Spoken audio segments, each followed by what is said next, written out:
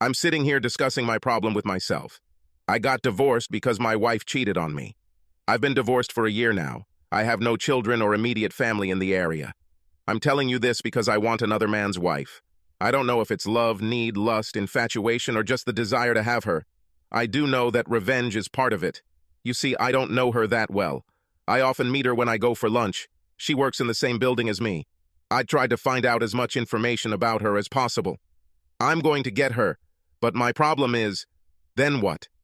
In some ways, it's a terrible feeling, wanting someone so badly that I would be willing to take her by force, if necessary. So far, I have found out that she is about 30 years old.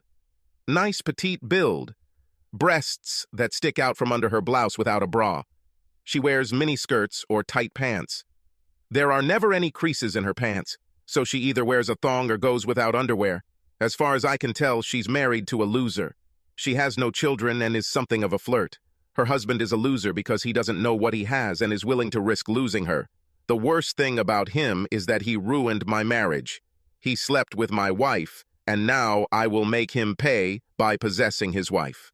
I think that if I take her and have sex with her, I will be doing her a favor. In case you haven't figured it out yet, I'm nuts. A real son of a bitch. I've been like this ever since I caught my wife cheating.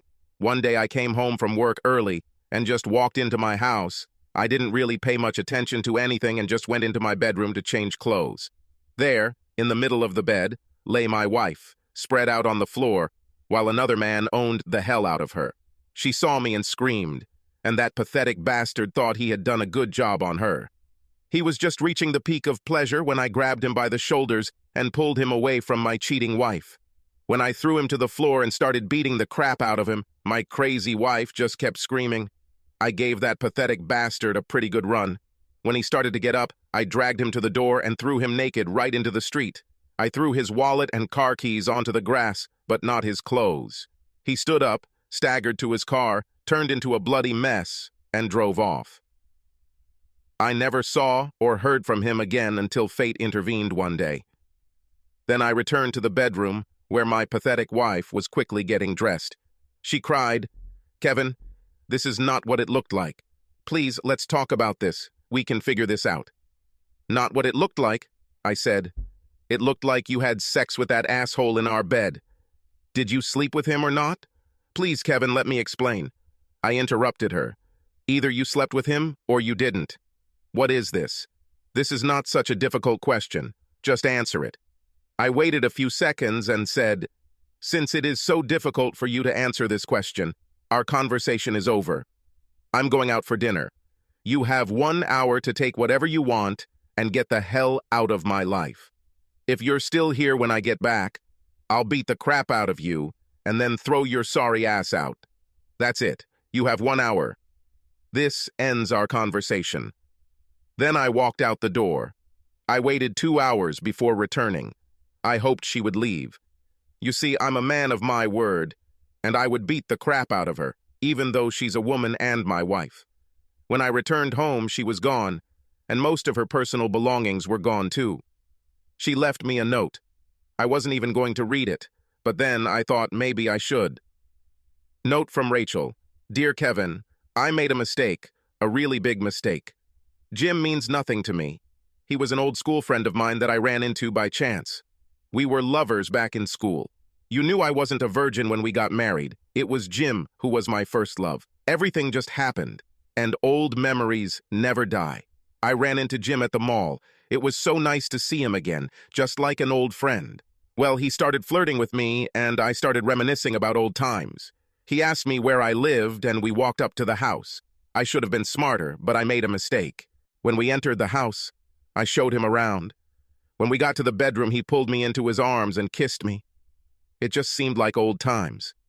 And then it happened. We started hugging like before, and then he took me. God, I wish this had never happened, but it did.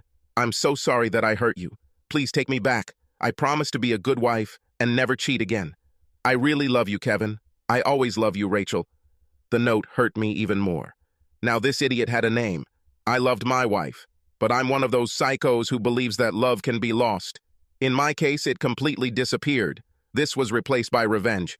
Revenge isn't necessarily what you want. It's something you just have to do. I would have had mine. The next day, I canceled work because I had to switch our checking and savings accounts. I called most credit card companies and canceled them. I kept the two that were in my name just for any expenses I might incur. I'm a stubborn bastard and I'm not afraid to admit it. That's just the way it is.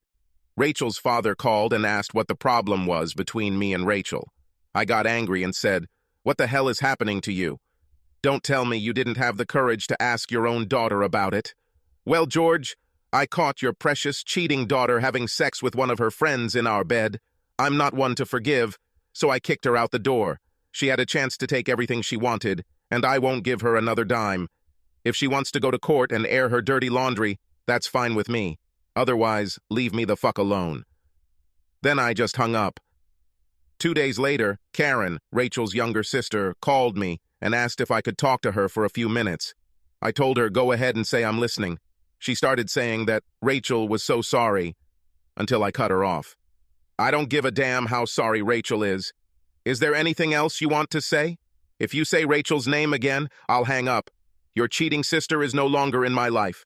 Karen asked if there were any other personal items left in the house that belonged to her sister. I just told her that her sister had an hour to take whatever she wanted with her. If she forgot something, it was too damn bad. Karen mentioned a few things. I was starting to get angry again, so I answered in the only way I knew how. "Karen, I'll tell you what.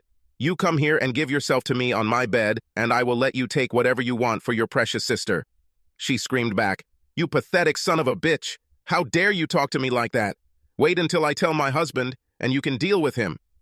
Does this mean I won't have a chance to fuck you?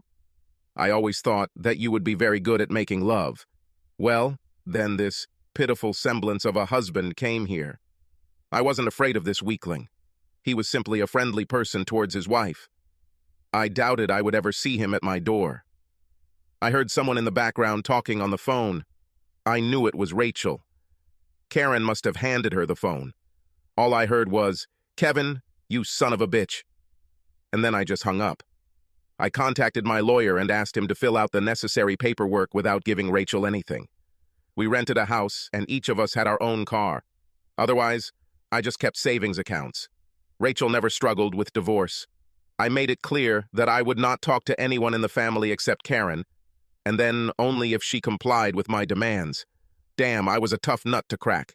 Karen was a beauty. She was a little prettier than her sister Rachel. Both were attractive women, but Karen was several years younger and probably made love much less, given her weakling husband. I was preparing to move out of the house, and the divorce was already final. I called Karen on the phone and asked if she would like to pick up a few of her sister's personal items. That I'm moving into an apartment and don't want to carry her crap with me. If she hadn't come and taken it, I would have just thrown it all away. She quickly said that yes, she would come and pick up the things that evening. I told her to either come alone or bring this pathetic version of her husband with her. Under no circumstances should Rachel have been standing at my door. When Karen showed up at my door that evening, she was alone. I asked about her husband, but she said he was busy. I knew the truth was that he was afraid, and she knew I was going to have her. When she entered the house, we went into the bedroom, where I collected her sister's things. She reached for one of the boxes when I said, "Wait a little. You haven't paid for it yet." She looked at me and said, "You can't be serious, can you?" "I'm not going to make love to you." I laughed. "No, not love, just ordinary unbridled sex. You've been thinking about this for a long time." Then I grabbed her as she hit my chest. I said, "Come on, Karen, you're not fooling anyone. It's just you and me." Then I kissed her. I slid my hand down her leg, under her skirt, and moved my hand back up her thighs. She wasn't wearing underwear. She removed her hands from my neck, and I pushed her onto the bed. "Tell me what you want, Karen. Tell me that you want me to take you. Come on, Karen, say it. Please take me, Kevin. Take possession of me. Please put on protection, Kevin. That's all I ask." "Fuck you, available girl. You are just like your sister. I will take possession of you, but without any protection, and you will receive the full load." "Well, Karen, what will it be?"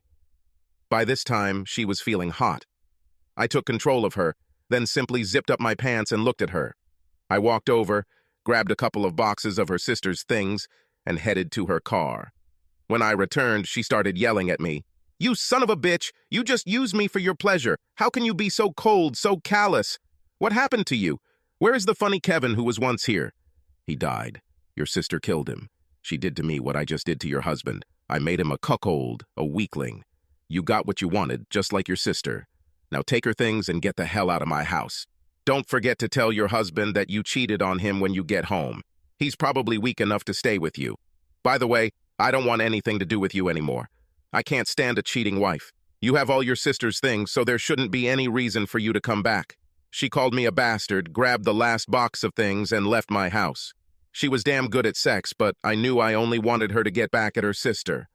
Sex can never replace love. This just can't be true. It seems to be building up in you. It's all you think about. To take revenge, to get even, to make the criminals pay for their actions. This was my goal. I knew this wouldn't solve my problems. I knew it, but it was just something I had to do. Whether I was right or wrong, I was going to take revenge. Her name was Carly, a cute petite girl that I saw every day.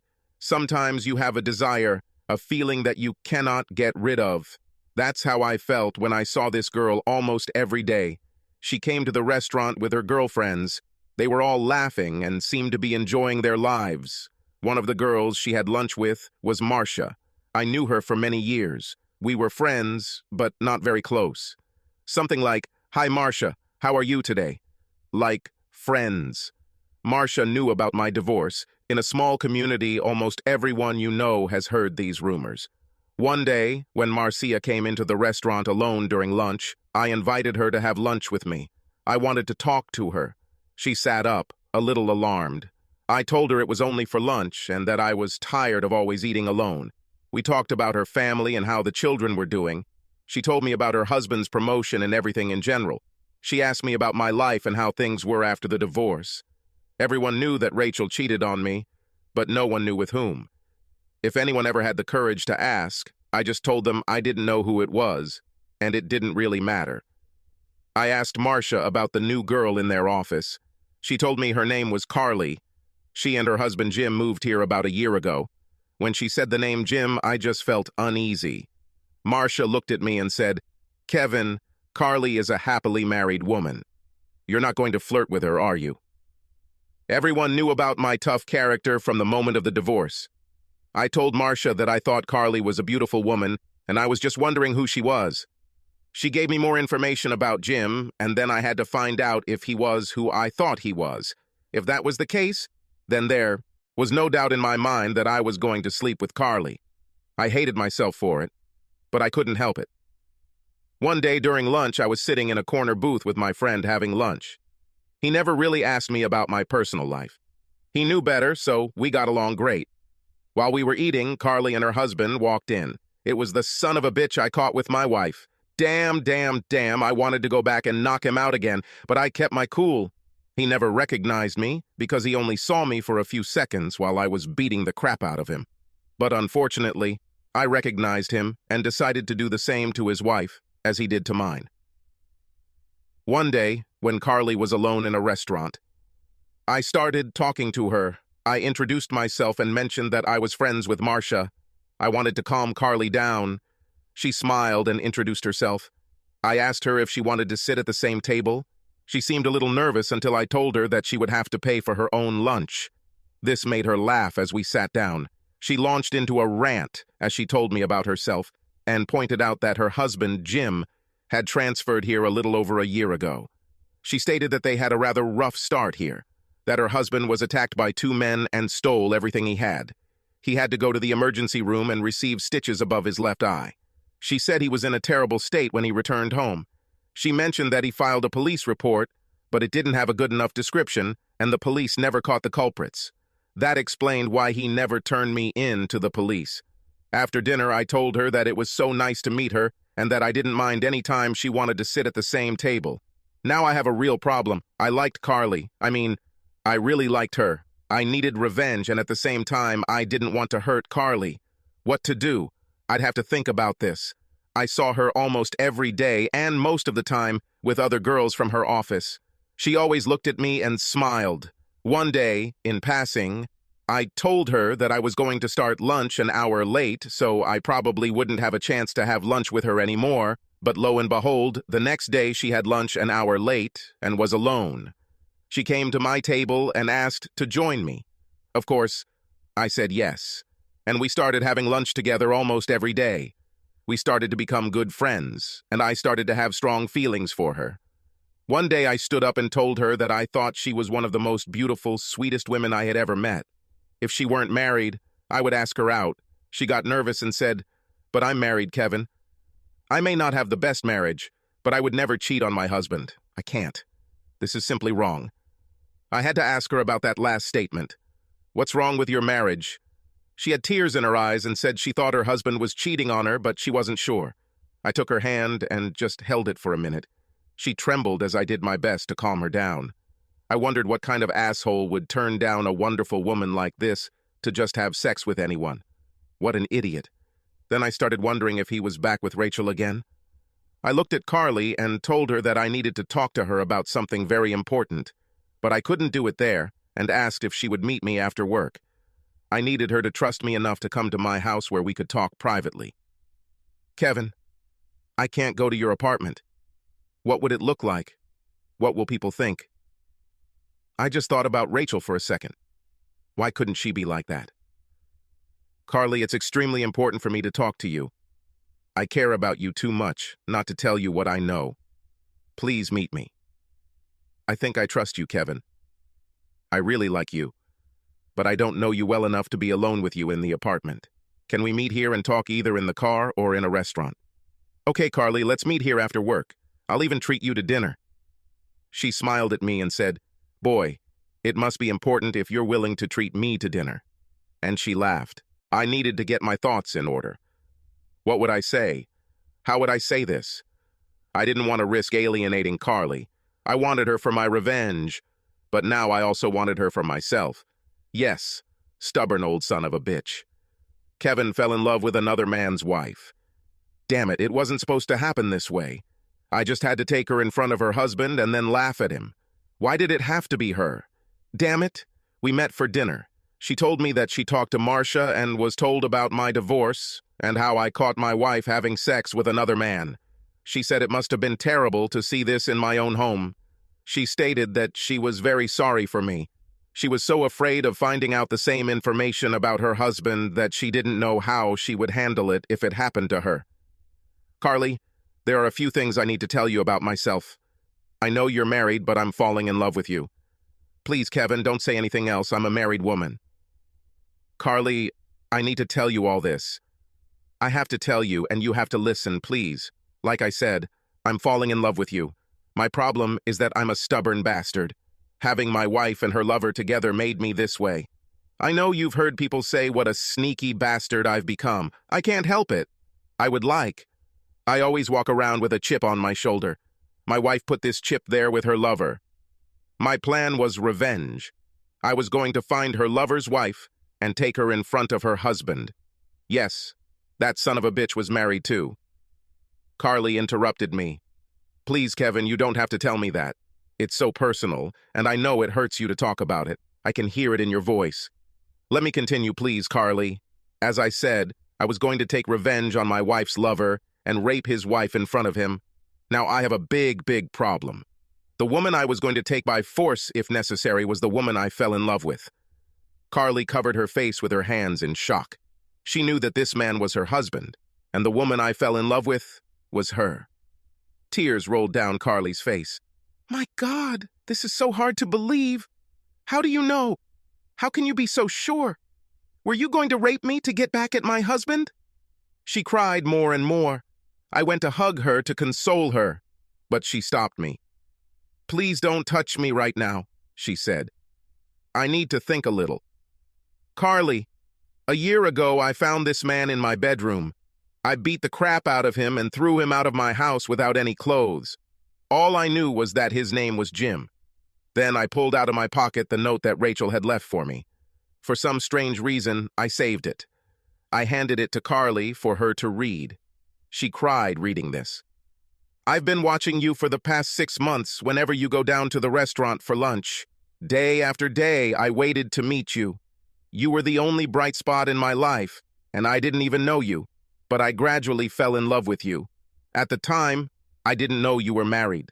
I never approached you because I had character problems and was still planning my revenge. Then one day I asked Marcia about you. She told me you were married, and I felt awkward. I really wanted to get to know you better, but I didn't want to ruin your marriage. Then the next day, your husband met you for lunch. That's when I realized who he was. I did everything in my power to not beat the crap out of him again.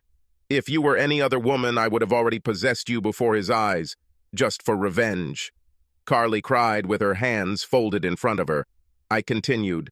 I fell in love with you and could not rape the woman I love. Now I am in deep confusion. I want to hurt your husband, not you. I want to make love with you. It's been a long time since I made love. The past year has been all about revenge. I believe your husband has returned to Rachel since they were childhood sweethearts, and she is now divorced. How do you feel about me, Carly? I need to know so that I know what to do. I promise, no matter how you feel about me, I won't hurt you. I just couldn't do it now. I know that I'm an asshole, a bastard, and a vindictive person. I'm stubborn as hell, but I have another side, one that hasn't seen the light of day for a year. I want to show you this man. Please give me a chance to show you this side of me. I could be a kinder, gentler person for the right woman. For some reason, deep inside me, I know that you are that woman. There's a good guy who wants to get out of here. Revenge blocks his path. Help me, Carly. Help me take revenge on your husband. Then, if you want, we could build a real happy life together. Oh my God, Kevin, so many things at once. My mind is full of questions, and right now I don't have any answers. I'm not even sure I know how I feel about you, my husband, or even myself. I need to think about everything you've told me before I can give you any answers. Please understand that I am not playing a prank on you or pushing you away. I want to help you. You seem to hurt so much inside, but I don't know. I just don't know. After a somewhat unpleasant dinner, I walked Carly to her car. I told her I was sorry if I upset her, but I thought she should know the truth. I would do everything in my power to communicate with her and solve both of our problems. Now might not be the right time to tell her about my growing feelings for her, but I would have exploded if I hadn't expressed them to her. I just wanted her to know. She actually let me give her a little hug before leaving. So far, I haven't solved a single problem. I think I just made things worse. Perhaps telling her about her husband's past was the wrong thing to do. I have no idea what she was thinking. I just hope everything turns out well for her. The next day, I couldn't wait to see her at lunch. I had to know her feelings and thoughts. I went to the restaurant where we usually ate. I waited for her, but she never showed up. My God, what have I done? Did she quarrel with her husband? Was he trying to hurt her? If he had done that, I would have killed that son of a bitch. Maybe she went the other way and just told him about me and who I was. God, her no-show made me worry. I didn't know if I should try calling her at home or just wait another day. It was difficult for me to finish my workday. I did everything I could to take my mind off Carly. When I returned home, my phone rang. It was Carly. Her voice sounded upset. Kevin, I have to see you. I know I said I shouldn't have come to you, but everything has changed. Make sure I see you tonight. Can I come in, please? Oh my God, Carly. I was so worried about you. I felt so bad today after not seeing you at lunch. Did that bastard hurt you? If he did this, I'll kill that son of a bitch. Yes, come right now. I'll be waiting here for you. When I hung up, the doorbell rang. I wonder who it could be. I opened the door, and Carly was standing there, grinning at me. I followed you home, but I needed to know if you were just blowing smoke or if you really wanted to help me. When you answered the phone like that, I knew you were being honest with me. Sorry for this little test, but I had to be sure. God, I was so glad to see her. I hugged her tightly, and it felt so good. I asked, "Why didn't you go to lunch today?" She told me, "Last night I spent the whole evening trying to put my thoughts in order. Jim, my husband, returned home late. He used his usual excuse. He worked late. I tried to be a little affectionate with him, but he didn't want any part of it. He said he was tired and was going to bed. I thought to myself, if a man refuses to have sex with a woman like Carly, he's either just gone crazy or he's brain dead." Carly said, I waited until Jim went to work this morning and then decided to do some detective work. I started going through computer files, looking for hidden files or emails that didn't belong to me. I work on a computer at my job, so I'm pretty familiar with them. Thanks to the information you provided me, I was able to track down several files. Here's what I found. She gave me all kinds of information. She said she would explain it to me so I wouldn't have to read all the details. She looked at me and said, "First of all, I have to tell you that I don't love Jim anymore. After all the information I've learned about him, I think I despise him. I don't like it being used, and that's one of my potential problems with you." I grabbed her hands and squeezed them. Then she said, "I'm not sure how I feel about you. There's one part of me that really cares about you, but another part of me says, be careful with this. He just wants to use you for his revenge and then throw you out like a hot potato. So for now, I want to keep our relationship on hold.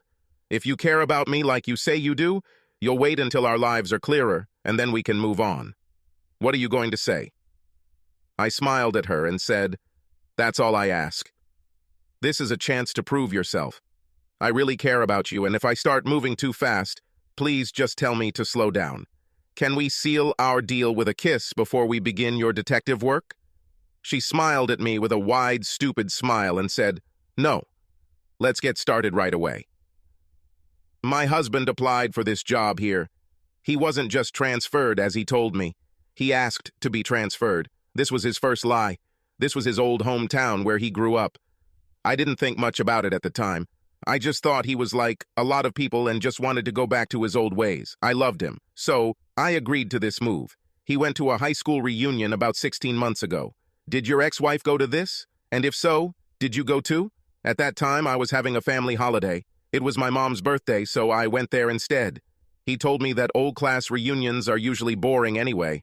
Come to think of it, my wife actually had a homecoming. That weekend, I had a business trip out of town. I asked her if she wanted to come with me, but she said she wanted to see all her old friends. I never thought about it until now. Damn, you're a pretty good private investigator. Here is a copy of some emails they exchanged just before the meeting. Not love letters, but they were definitely expecting to see each other. And now, here are a couple of emails from the alumni meeting. As you can see, or at least read, when you caught them having sex about 4 months later, this was not the first time they had met and had sex. They've been doing this for 4 months now. I got angry. This fucking cheater told me, "Oh, honey, it's not what you think. It just happened." I thought that my revenge on her was over since we were no longer married and that I was only going to take revenge on Jim, but now everything has changed. Carly could see the pain of the meanness in my eyes.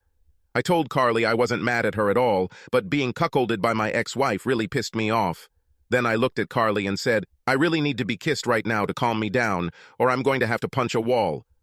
I got up and went to the wall. "Stop, madman! I will kiss you! I will kiss you!" she screamed. She stood up and came towards me. She hugged me and kissed me very gently for a few seconds. When our lips parted, I looked into her eyes and slowly pressed my lips to hers again with a little more feeling. When we parted for the second time, she said, "That's enough, Tiger. I'm only human too." When we sat down again, I thanked her. She looked at me and said, "It pleases me, and I really mean pleasure. Now let's get back to work. I can't hang around here all night." We both laughed, thinking about the same thing. Here are copies of my husband's phone records for the last year or so. As you can see, this number receives calls almost daily. I called the phone company, and it belongs to someone named Rachel Miller. This is my wife's maiden name. I didn't even know she took it back. Besides, I never knew she had a cell phone. When was it purchased? According to my husband's phone records on this number, it must have been about a month before he was beaten up by a couple of thugs named Kevin. She smiled. That means she had the phone before you caught them. This might explain why they got away with it for so long, and also why she didn't fight for more money during the divorce. Some of this might come out and wouldn't help her case. What about you, Carly? Where do you stand in all of this? For me now, it's mostly revenge, but you're still married to that bastard. What do you want us to do? She looked at me, knowing that I said the word we instead of you. I want to thank him for everything we have. I want to make him regret ever doing this to me. I want to embarrass him in public. How can I do all this without becoming a cheater? I want to save my pride, and hopefully yours. Carly, do you think you can live in his house for a couple of weeks without giving anything away? No problem. I just don't want to have sex with him. Otherwise, I have no problem cooking a dinner or two. If he continues to see his girlfriend regularly, I'll be fine. Well, Carly, first you need to go shopping. We can go there during lunch if you want. Make sure you use joint credit cards in both your names. We don't want you to get in trouble if you only use cards in his name. Buy yourself everything you've always wanted. Get into as much debt as you can. Take a few cash advances and put the money in a savings account or buy bonds and stocks. Kevin, aren't you a stockbroker? Why don't you invest for me? I didn't want you to have any doubts about me.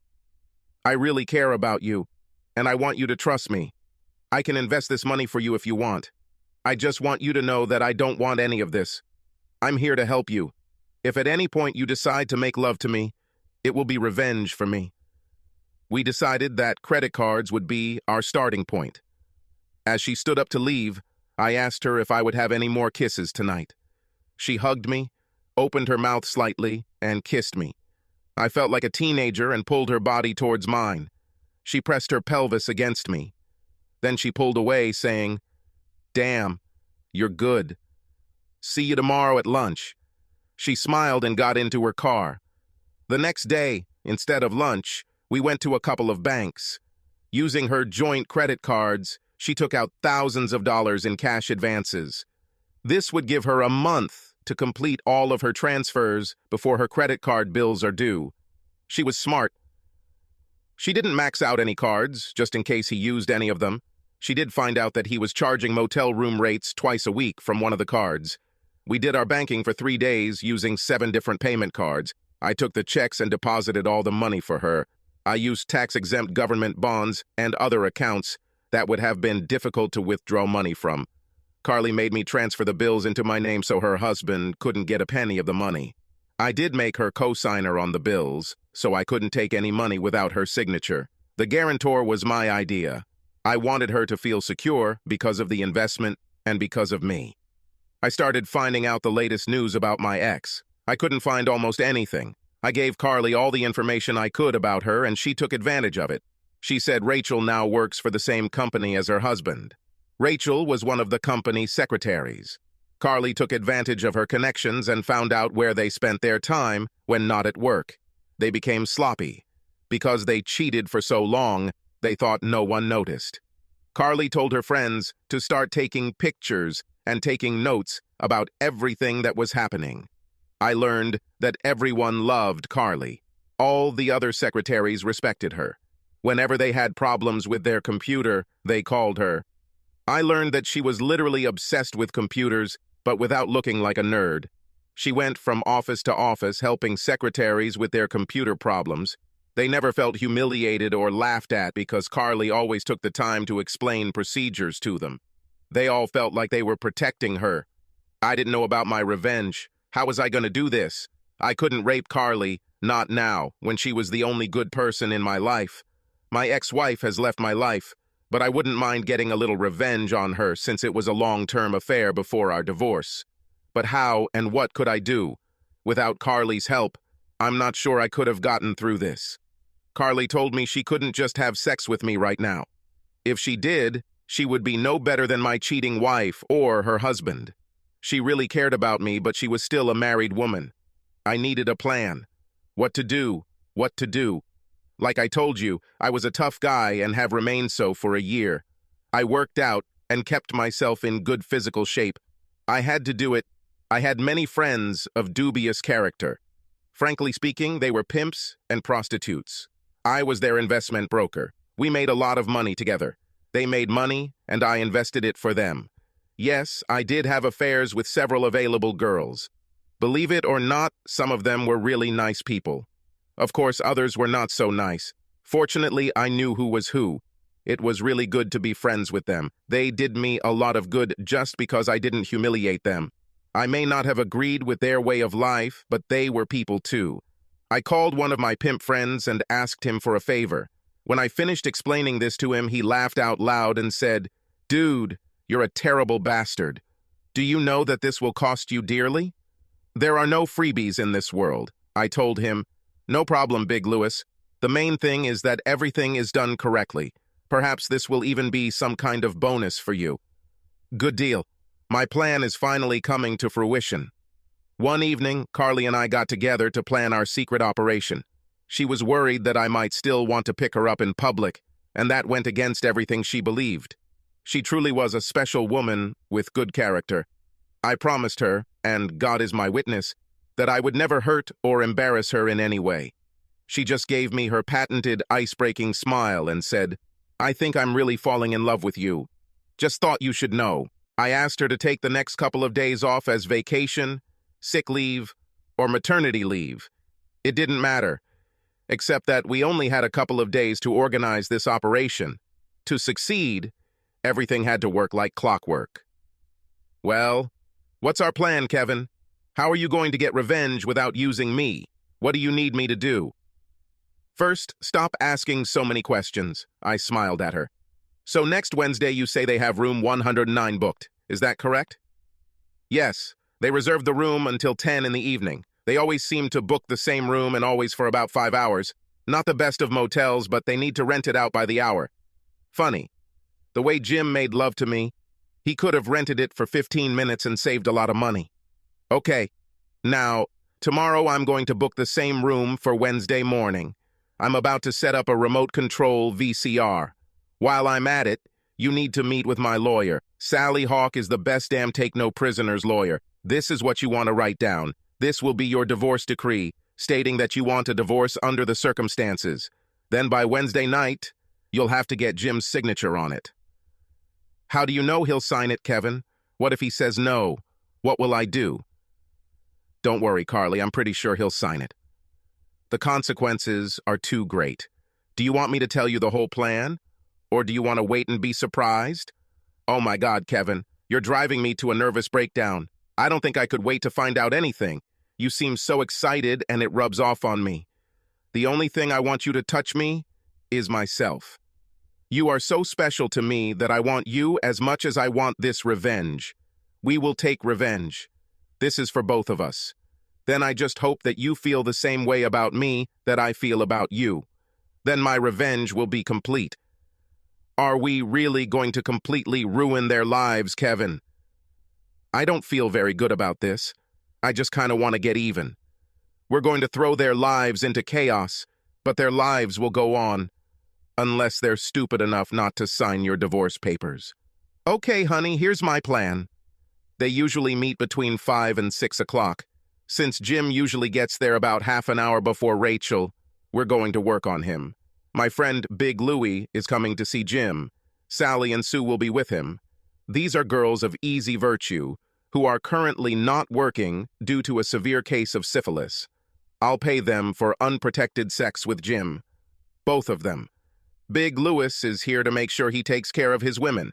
The last thing Jim wanted to do was cross Big Louie. How do you know these people, Kevin? They are my clients. They bring in a lot of money, and I help them invest it. Of course, when Rachel arrives, she will have a choice. Get hold of her lover, Jim, or Big Louie will have a blast. Now, during all these sexual acts, you and I will sit in the van and control the remote control.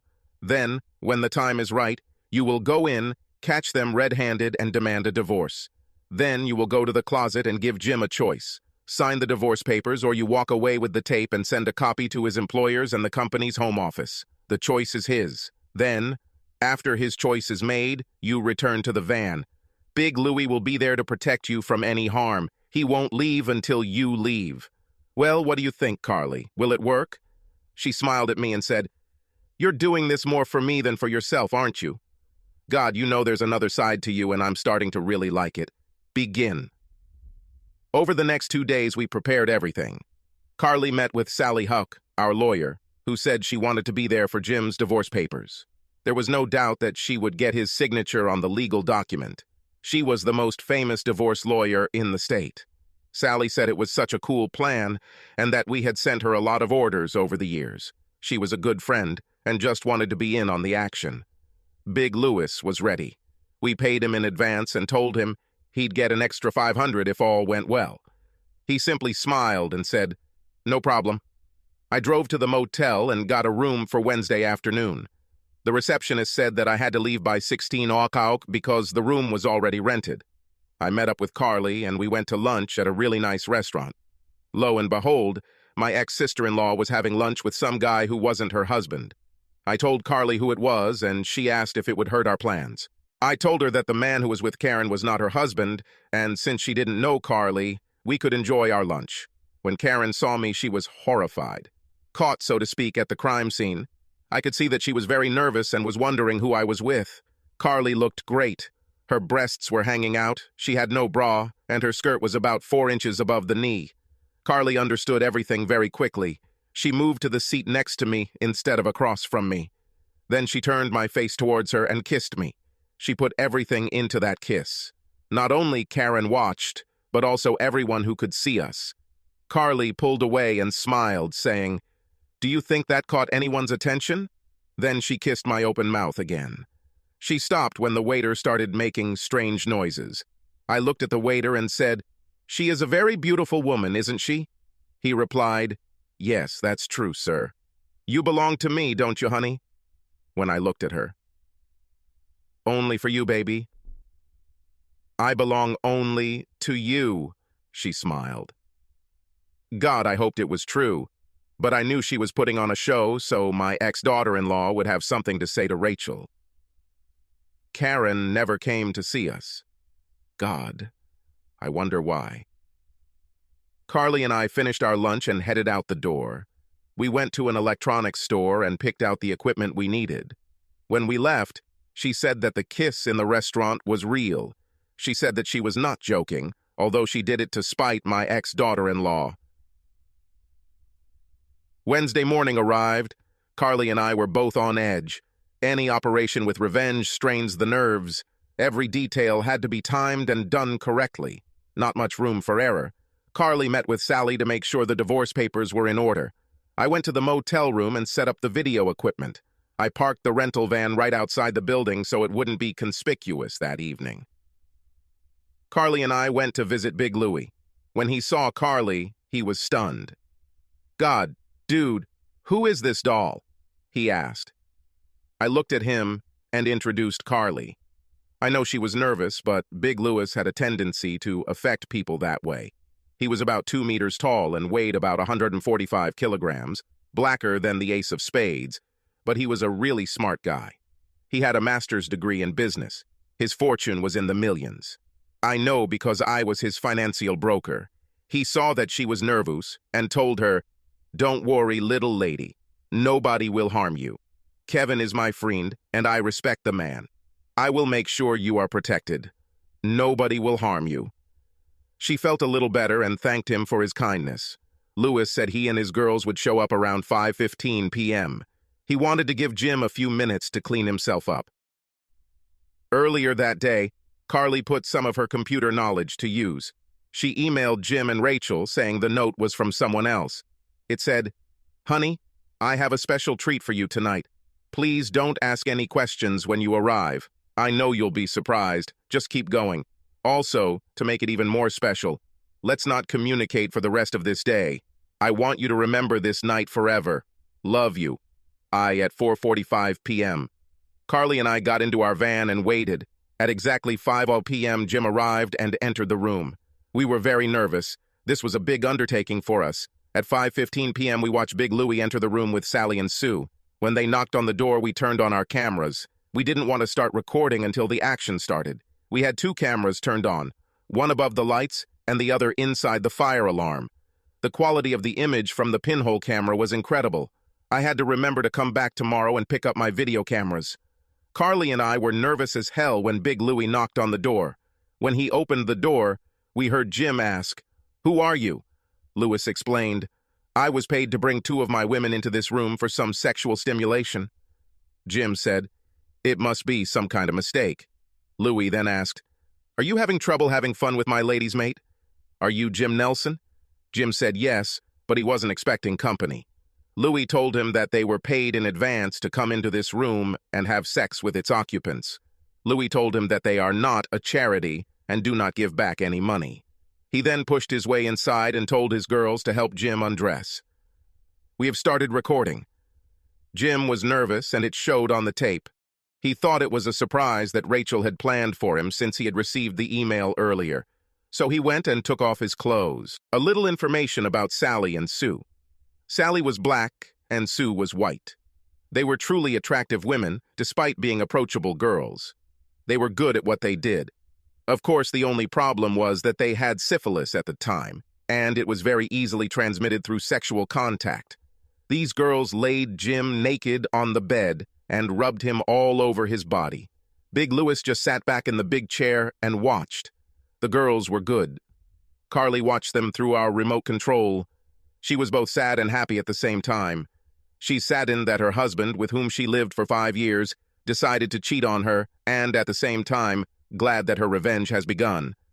There was a knock on the door, and Big Louis opened it to find Rachel standing in the doorway. He told her to come in. She asked what was going on when she saw her boyfriend Jim lying on the bed with a black woman. Walking into the room, she didn't know what to think. All she knew was that Jim had sent her an email saying something special was going to happen that night. When she entered the room, Big Louis told her to undress.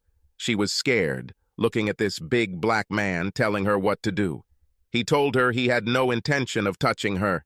He was simply there to protect his girls. Sue looked at Rachel and told her that they didn't have all night and that she should hurry up and get undressed. Not knowing exactly what to do, Rachel began to undress. Sue, who was wearing only her bra and panties, helped Rachel undress. Sue sat Rachel down on the edge of the bed, then stood in front of her and pressed herself against Rachel. Rachel screamed. She has never had any sex with another woman. She thought this was Jim's plan for her, so she let it happen. The cameras recorded everything, sound and video. Both Jim and Rachel were over the moon. Once Rachel had recovered from her pleasure, Sally and Sue got out of bed and began to get dressed. There was a knock on the door of our van. It was Sally Hawk, our lawyer. She asked how things were going and then looked at the monitor. Jim took Rachel with all his might and both transferred their venereal disease onto each other. Sally and Sue returned to their car and waited for Big Louis. They did their job well. Big Louis was waiting outside the door to protect Carly and Sally Hawk in case they needed him. Carly and Sally walked to the door at the same time. Carly entered the room first. "You damn son of a bitch! You're a worthless piece of crap! You're a fucking lying idiot!" Carly used every curse word she had ever learned. "I want a divorce, and I want it now." Jim and Rachel stopped what they were doing when they saw Carly at the door yelling at them. They knew they were caught red-handed. They could not explain how they could get out of this situation. Carly continued talking. "Why, Jim? Why wasn't I good enough for you that you got involved with this woman? I knew you were having an affair. I was hoping that you would put it out of your head, but no, you continued and continued to do this. I'm over it. I want a divorce, and I want it as soon as possible." Then Sally Hawk came in. "Jim, this is my lawyer, Sally Hawk. She will tell you the terms of the divorce decree. I expect to begin divorce proceedings tonight, so I can get you out of my life as quickly as possible, so you can get your girlfriend." Jim and Rachel got out of bed and started getting dressed. They didn't have time to shower, so a venereal disease was probably starting to set in. "I'm Sally Hawk, Carly's lawyer. The conditions for divorce are very simple and very clear. 1. Carly will go home tonight, and she will have 24 hours to pack everything she wants. You won't be there tonight. After 24 hours, she will never return to the premises. This is an apartment rental in your name, so you can get it. 2. You will be responsible for all bills due before today's date. This includes all credit cards held in your name or jointly by both of you. Carly will deal you all the joint cards tonight and will never use them again. She will be responsible for any cards in her name only. 3. Each of you has your own vehicle and will each be responsible for insuring and paying for your own vehicle as well as for its maintenance. 4. Finally, your savings account with a balance of $8,000 will go to Carly. Tomorrow she will withdraw money from the account. You have a retirement fund that contains over $80,000. Carly has one for $15,000. In that, you will both be able to maintain your own retirement funds. If you agree to these terms, you will have to sign the decree tonight. This is irreversible. Neither of you will be able to make any changes once it is signed. Carly has already signed it. Just sign it on the line that says husband. Sally handed him the document for him to look over and sign. Rachel sat and watched. Jim said, "What if I don't sign this tonight?" "What are you going to do?" Sally said, "The document you are holding in your hands will be canceled in 5 minutes when I leave. Then we will go to court and demand the same benefits. Except we will make sure that we also get half of your pension fund. This is a good deal for you. I would advise you to take this." Carly walked to the closet, opened it, and took out a tape from the VCR. "This is a recording of today's events. This will be part of our divorce process." Jim said, "I'm not that stupid. You can't use this tape. You did it without permission." Sally started laughing. "You really are a stupid bastard. We will not use it in your divorce, but we will make copies and send them to your company and your company's home office. I'm sure they don't approve of their married employees having affairs."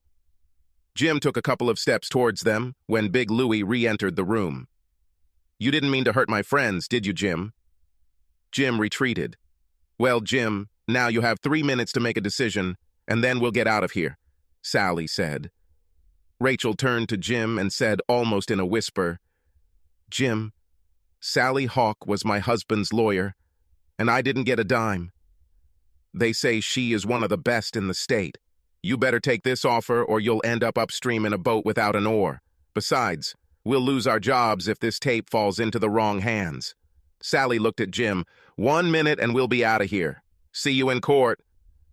As they turned to leave, Jim shouted, "Wait, I'll sign this, but only if I get the tape." Carly looked at Big Louis and handed him the tape. "After Sally and I get out of here, you can give this tape to this idiot." She also handed him an envelope with a promised bonus of $500. Sally repeated what she had said earlier. "This document is irrevocable. If you have any questions, you should contact me. You must not disturb Carly under any circumstances, otherwise I will have you arrested and put in prison. If you understand everything I said, then sign the document and I will give you a copy along with the tape and joint credit cards. Remember, Carly has 24 hours to remove whatever she wants from the apartment. Your divorce is considered a no-fault divorce and must be completed within 2 months." Jim signed the papers and Sally gave him a copy. Then Carly and Sally both walked out the door. Shortly after, we saw Big Louie hand the tape to Jim, and then he walked out and joined his girls. Carly and Sally returned to the van with big smiles on their faces. Carly kissed me quickly. Everyone seemed so happy until I heard what Sally said. "Kevin, until the divorce is finalized, you will not be able to see Carly. We can't let anyone see you two together. As long as you two are not involved, everything should go according to plan. I know we are facing some challenges due to credit card charges over the past 2 weeks, but we have our documents on our side unless someone suspects that Carly is trying to defraud the banks. That's why I let Jim take his pension fund. There's enough money there for the banks to go after Jim if he tries to file for bankruptcy. There is also no money with Carly's name on it, only $8,000, which she has to pick up tomorrow. I suggest you just keep them in the same bank, but only in your name. This will reduce any banking issues," Sally continued. "After the divorce, there should be no more problems, and you two can sleep together if you want. It will be up to you. Kevin, you told me that your employer asked you to go to another state and open a brokerage firm for a couple of months. I would advise you to take it as soon as possible. Carly will be okay. I'll be here to keep an eye on her. I hate to say it, but right now you are Carly's biggest problem. Of course, I cannot force you to do anything, but I strongly advise you to do it." Carly was crying, so I just hugged her. I knew Sally was telling the truth. Now I was the only problem, the only weak link in the chain. I kissed Carly goodbye and told her to contact me after the divorce. I would wait for her. Sally and Carly got out of the van. Sally took Carly home so she could take out whatever she wanted. Earlier that day, they hired a moving truck so Carly could pick up whatever she wanted. Sally did say that I could call her if I needed to talk or wanted to know anything about Carly. After the girls left, I looked at the monitor again and noticed that Jim and Rachel had left. I left, returned to the room and collected my equipment. I brought a spare copy of the tape with me just in case we needed it in the future. Funny how no one ever wonders if there is a second copy. 2 cameras, 2 recording devices. I packed it all up and headed home. I was really happy for Carly and sad for myself. The next day, I went and talked to my boss. I talked to him about temporary work. I was supposed to fly to Chicago on Friday. I just hoped things would work out for Carly. She truly was a wonderful person. Looks like she got her revenge. I was the only one left in the cold. It was fun helping Carly. I really loved her. When I arrived in Chicago, I threw myself into my work. We were starting a new brokerage firm and starting from scratch. If I wasn't working, I was sitting in my room sulking about Carly. During the first 2 weeks, I kept wondering if Carly was okay. One day I called Sally Hawk. She was glad to hear from me. She said everything was going well. As they expected, Jim hired a lawyer and wanted to contest the divorce. His lawyer told him that he was barking up the wrong tree, and if he wanted to face Sally, he better get a new lawyer. Jim hurled accusations at Carly. He said she set him up, but when it came to proof, he had none. Sally said she warned Jim that if he was going to keep accusing Carly of anything, she would sue him. She was fed up with his whining. Sally also told me that Jim's lawyer mentioned that both Jim and Rachel had contracted syphilis. They had to undergo a course of injections and could not have sex until everything was cleared up. Otherwise, they might get a new strain from each other. This brought a smile to my face. Finally, Sally said that Carly had moved into a nice apartment near her work. She took about half of the things from her old apartment to set up her new one. She was told not to talk about me for fear that someone would link us. Of course, she wasn't dating anyone, but it had only been a couple of weeks. Sally actually said when she was talking one-on-one with Carly that she really missed me, and that I was a really nice guy. I wish I could say that time flew by while I was in Chicago, but it didn't. I really didn't feel much better than I did before this whole revenge thing started. At least then, I could see Carly walking by every day. I went to Michigan to visit my parents for Thanksgiving. I had to leave for several days. It was nice to see the family. I took my sister Christmas shopping and bought something for everyone in my family. I went to a jewelry store and bought an engagement ring for Carly, hoping that one day she would say yes. After the Thanksgiving holiday, I headed back to Chicago. I figured I'd be there for another 3 weeks. In Chicago, all I could think about was being cold, windy, and lonely. The city lights looked beautiful, but not when I had no one to share them with. We, that is me and the new agents, raised the business from the ground floor. Things were going pretty well. Many clients came to start investing before the end of the year. When I returned to Ohio, my boss met me. He praised me for the new company's achievements. From a work point of view, everything was great. I just hoped that my personal life would be good too. As soon as I got back to my apartment, which was 2 days before Christmas, I called Sally Hawk. I haven't even had Carly's number since she moved. Sally was so happy to hear from me. She asked about the business and I told her everything went well.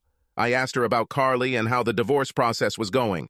She hesitated before telling me that the divorce was final 2 days earlier. I asked her for Carly's phone number. She said she wasn't allowed to give it to me, but she would call Carly and let her know I was back in town. I thanked her and she wished me good luck. I wasn't quite sure how I should feel. Carly was now divorced. I had no idea what she had been thinking about for the last few months since I left for Chicago.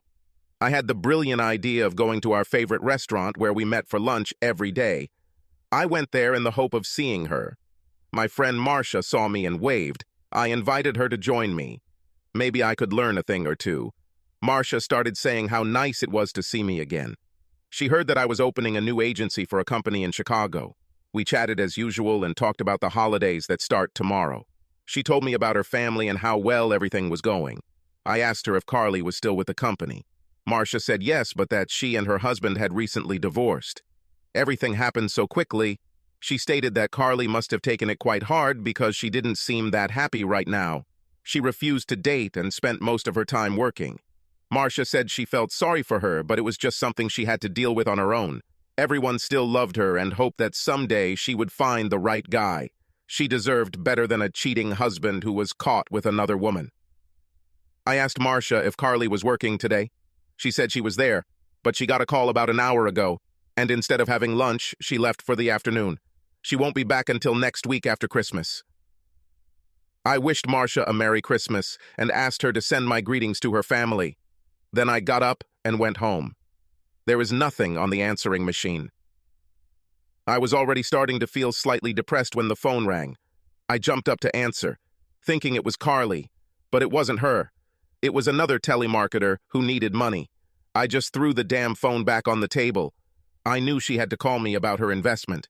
Come to think of it, this wasn't necessary. We had other agents available to update my files for clients while I was away. My agents and I would share any new business that was assigned to my client base. I could call the office and see if any action has been taken on any of Carly's accounts. I quickly called the office, but it went to voicemail. I looked at my watch, surprised that it was 5:12 p.m. Damn. Offices will be closed until Monday due to the holidays. I was here in the dark over the holiday weekend. All offices were closed. Damn it! My emotions were starting to get out of control. Did I have it, or did I lose it? Damn it, I needed to know something. How was I supposed to survive this weekend without knowing anything? The phone rang again. I ran up to it and picked up the receiver. It was Sally, my lawyer. She called to let me know that she had received word that I had returned to Carly. She also wanted to let me know that everything regarding the divorce was final. Jim could no longer file motions. He tried, but lost them all. He had to cash out more than half of his retirement fund to pay his bank credit card charges. I told Sally she was a true friend and great to do business with. I thanked her for the information and wished her a Merry Christmas. There was a knock on the door. I opened it and found that it was Mary, my neighbor. She picked up my mail and cleaned my apartment while I was gone. I invited her to come in for a few minutes. She was a sweet older woman who cleaned apartments to supplement her income. She usually cleaned mine about twice a week. She handed me my mail and gave me a tray of homemade cookies for the holidays. I asked her to wait a second because I had a gift for her too. I went in and gave her an envelope with 3 crisp $100 bills for Christmas. She smiled and thanked me and then left. We needed more lovely ladies like Mary in this world. She was a pleasure to be around. I was hungry, so I called the local pizzeria and ordered some pizza. I asked for it to be delivered. I didn't want to go out anywhere else tonight.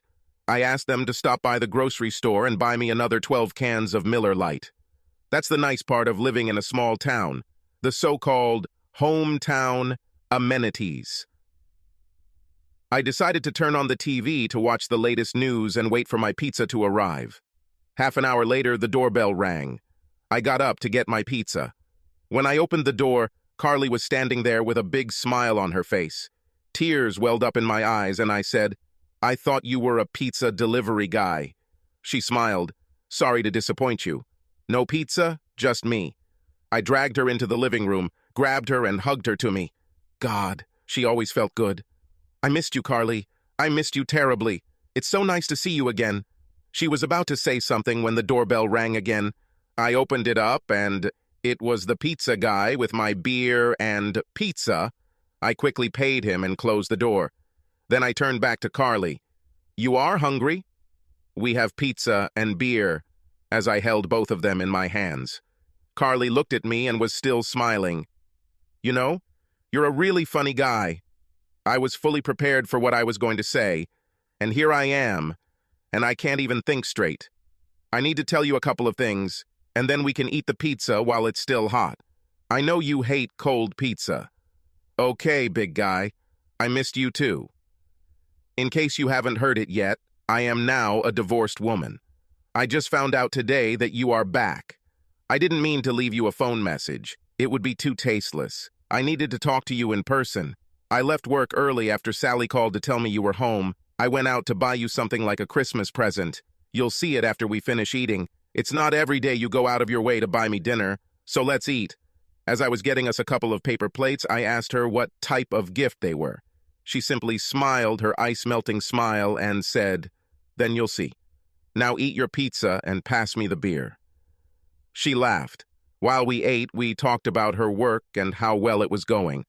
I told her about the agency we had opened and explained the details. We both avoided serious problems. They were supposed to arrive soon. After we had eaten our fill of pizza, Carly looked at me and asked, "Are you ready for your kind of gift now?" I smiled and said, "Yes. Where is it?" Carly held up a small bag the size of a lunchbox. "I'll be right back," she exclaimed. When she left the room, I put the pizza and beer on the counter and walked over to the drawer where I kept the ring I bought for her. I took it out and put it in my pocket. She shouted from the bedroom. "Are you ready?" I shouted back, "I think so." When she came in, she said, "I bought this something like for you today. You can unwrap it if you want." She stood there in a lacy red silk bra and lacy red silk bikini panties. She even had a little red silk lace bow in her hair. She looked at me and said, "I am no longer a married woman, and now I would not cheat on any husband. If you want your present, we can go into the bedroom and you can unwrap it." Tears were streaming down my face. This is the woman I've wanted for over a year. She stood offering herself to me. I looked at her and said, "On one condition." I reached into my pocket, pulled out a ring, and said, "If you marry me."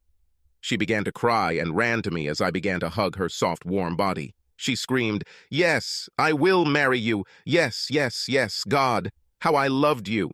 I picked her up and carried her to my bedroom. I put her on the bed. What a beautiful, sexy sight she was, just laying there. I stripped down to my underpants. This was supposed to be our first time together. This had to be good. I knew it would be. I took my time, kissing her neck tenderly. Everything I was going to do from then on was going to be as gentle as making love to an angel. She raised her arms above her head as I began to kiss the valley between her breasts. She smelled wonderful. I think she said it was white diamonds. Oh my God, she smelled so good that I wanted to swallow her, but I promised to continue moving carefully. I kissed her breasts while unclasping her lace silk bra. I brought it to my nose, inhaling the heady aroma for just a second. I slid one hand down to her flat stomach. She was so sexy. I felt her suck in air every time I pressed on her stomach. She was getting hot. As I descended, I could smell her feminine scent rising from the valley below. Carly didn't say anything, just something like a moan. However, I could feel it in the movements of her body. I stood up and slowly finished unwrapping my gift. When we finished, she whispered, "Kevin, I love you so much." We fell asleep. We must have slept for quite a long time. When we woke up, the house and room were completely dark. It had been a long time since I woke up next to the woman I wanted next to me. I had to get up and pee. I couldn't wait any longer. Carly stood up while I was in the bathroom. Carly rummaged through my dresser drawers and pulled out a long t-shirt to wear. The shirt has never looked so good. Carly showered and freshened up while I briefly put the leftover pizza in the refrigerator. It always tasted better out of the oven. While we ate the pizza, we talked some more. I asked Carly when she wanted to get married.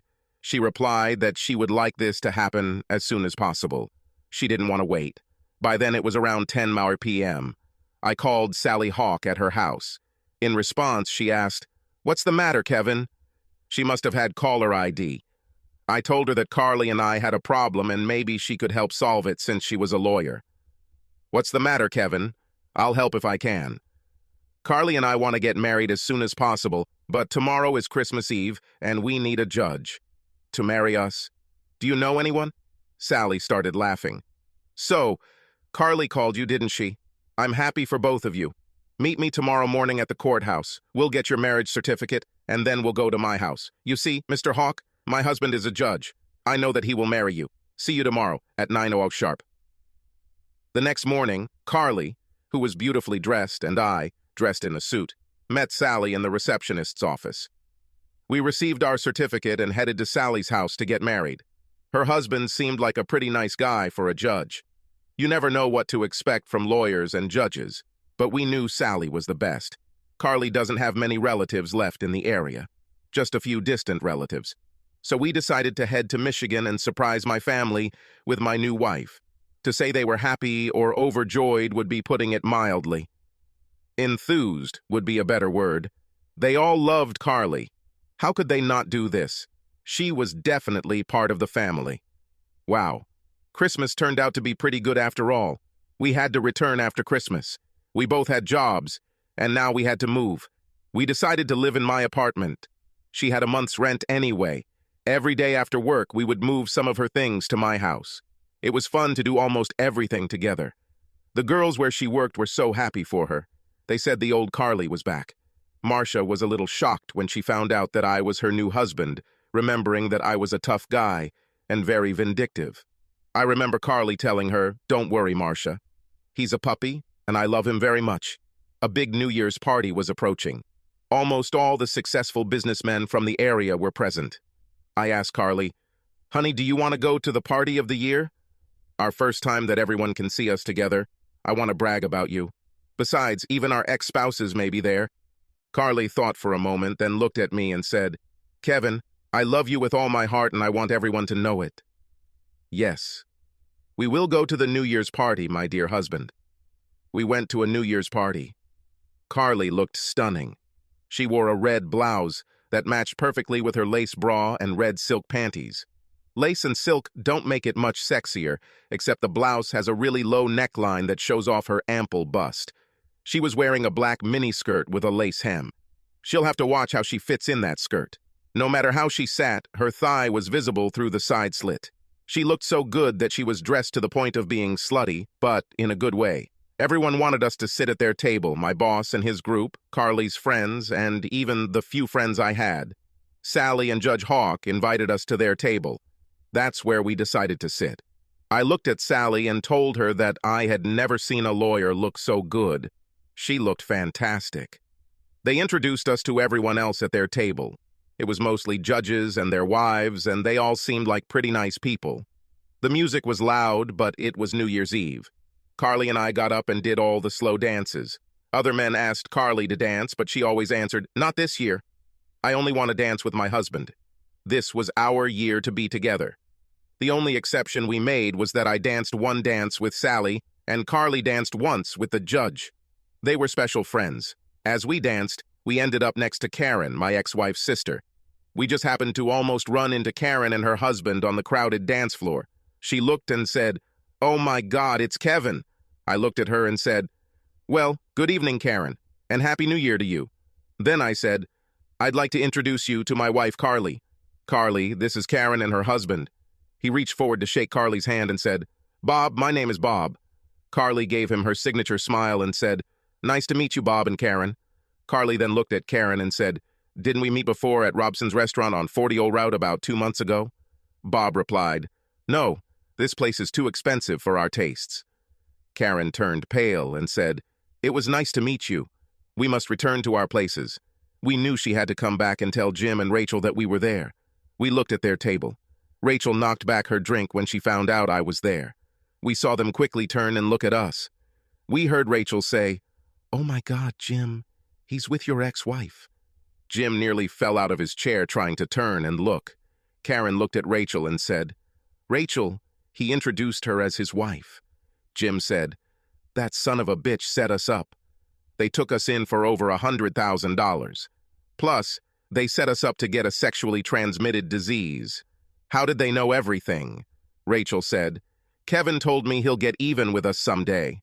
Jim said, "Maybe we can try to take them back to court." Karen laughed. "Stop it, you two. Guys, do you see who they are sitting with? Sally Hawk and half a dozen judges? And if that's not enough, Jim, he can kick your ass from now until tomorrow. Make no mistake, Kevin is a real man, and from the looks of his wife, she's a real woman. They would make a great couple." It was already past midnight, and the crowd was beginning to thin out. Sally and the judge said goodnight to us and to the people at their table. So after our next dance, Carly and I decided to sit in a booth not far from Rachel, Jim, and their group. Carly went to the toilet. When she returned, she looked at Jim and Rachel, who seemed to be looking at her and me from under their brows. Carly asked me if I was ready. I looked at her and asked, "Ready for what?" "Should I go home, honey?" "No, Kevin, you're ready for your revenge," as she slipped her lacy red silk panties into my breast pocket, which stuck out like a handkerchief. Then, right in front of Jim, Rachel, Karen, and Bob, they had sex. Then, loud enough to be heard at the other table, she said, "Happy New Year, darling." Who said revenge isn't sweet? Happy New Year. Subscribe to our channel so that your second chaff doesn't cheat on you, and go ahead and listen to the next story, because this story is nothing compared to the next one. If you're under 18, don't even think about listening to the next one.